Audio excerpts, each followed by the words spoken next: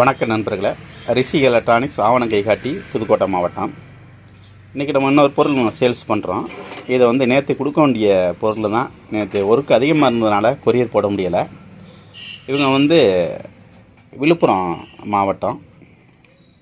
இவங்க 100 what unit 2 கேட்டிருந்தாங்க. 2 back பண்ணிட்டோம். அதே போல் டைப்பாரம் ஒரு 10 பீஸ் கேட்டிருந்தாங்க. அந்த 10 பீஸும் நம்ம எடுத்து பேக் பண்ணிட்டோம். 2 தனித்தனி நம்ம போட்டிருக்கிறோம். என்ன காரணம் கேட்டிங்கன்னா, யூனிட்டுக்குள்ளே நம்ம டைப்பாரம் வச்சு விட்டோம்னா நசுங்கிடும், வேஸ்ட்டாக போயிடும்.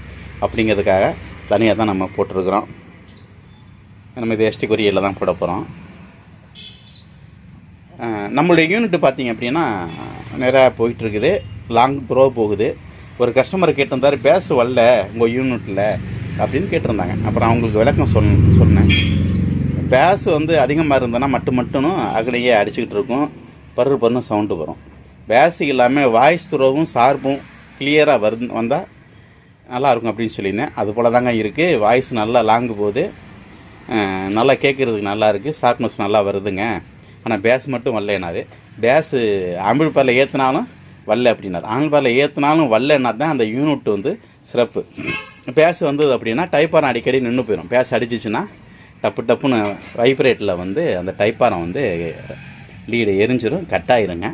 அப்படி இல்லாமல் இருக்கிற யூனிட்டு தான் நமக்கு லாங் லைஃப் வரும், கிளியரும் நல்லாயிருக்கும், கரகரப்பு இல்லாமல் தெளிவாக இருக்கும். அதனால தான் நம்ம யூனிட் பார்த்திங்க அப்படின்னா நிறையா சேல்ஸ் பண்ணிகிட்ருக்குறோம். இல்லை நேரடியாக இங்கே வாங்கிட்டு போகிறாங்க.